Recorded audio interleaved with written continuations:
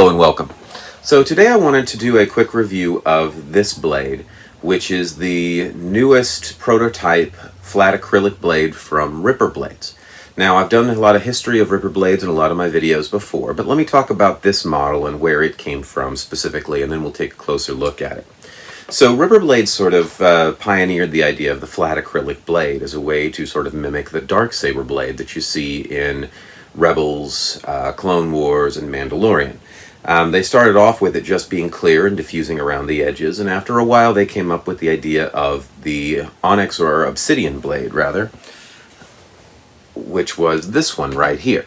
So what they did was they used a layer of clear with 2 layers of opaque black on either side, so that when you lit the thing up, you ended up with a black core. Now, I've reviewed this one before. This specifically is the rapier model, but like I said, they started out with Darksaber blades. When they started doing this, though, they decided to play with the idea, and you ended up with things like this, which was the same thing, except it's a layer of clear and then a layer of photonic or fluorescent material on either side. So this added in some interesting effects. If you're doing red, all you end up with is a solid blade, no core anymore. But if you run blue through it, let's get that close enough, there we go, we end up with a green core and a blue edge. Alright, so this was a neat idea and one of my favorites that they had come out with. This guy right here is their newest incarnation, or the newest sort of variation on that theme. So what this is they have some pearlescent acrylic that they've used instead of the black or the fluorescent green. So what you end up with here is a layer of clear, layer of pearlescent, and another layer of pearlescent. So when the blade is off, it's a really, really striking day blade. Now this blade design is their straight blade, which is their basically this is a sword blade. But I have a feeling they're going to be releasing this in other models as well. But yeah, it's this really nice shimmery pearlescence here, and then when you fire it up, the pearlescence just diffuses the light, so you end up with a relatively solid, even staring at it in person, it's relatively solid red all the way across. Right, if I cycle through some colors on this, spectrum. Okay, there's a yellow, blue, we get to a whitish, right, there we go. Okay, so as a white, there we go. From a close-up, you see that you can still see that pearl, but from a little bit away, it's pretty much just solid white. In person, you can see that it's slightly dimmer in the middle than it is around the edges, and you can actually see a little bit of that pearl vein on there. But again, from a distance, the further away it gets, the sort of whiter it gets.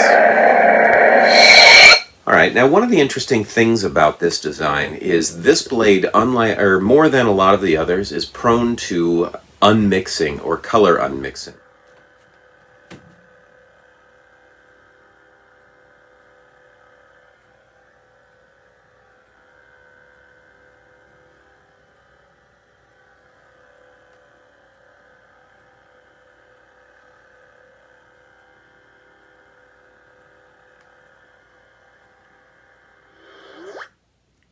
Okay, so this color unmixing I've demonstrated before, and it's more prevalent in this blade because it only works for base-lit sabers.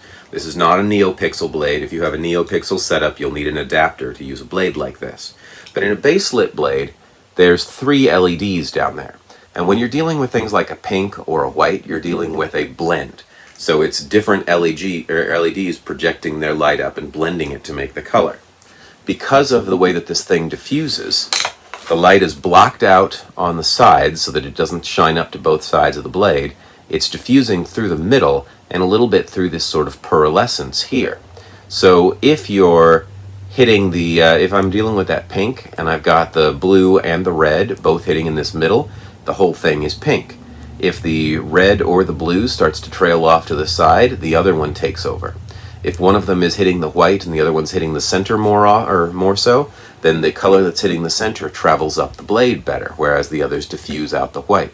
So it's kind of prone to this color unmixing, which is a neat effect. except for the fact that when you're dealing with a flat blade, you're dealing with something that's kind of unidirectional, so it really only looks good in the saber one or two directions, but you can play around with it, especially with a circular blade. Alright, so this one doesn't have a name yet, like I said, but it is an interesting blade design, and it's the next logical step. I have a feeling they're going to keep playing around with different materials.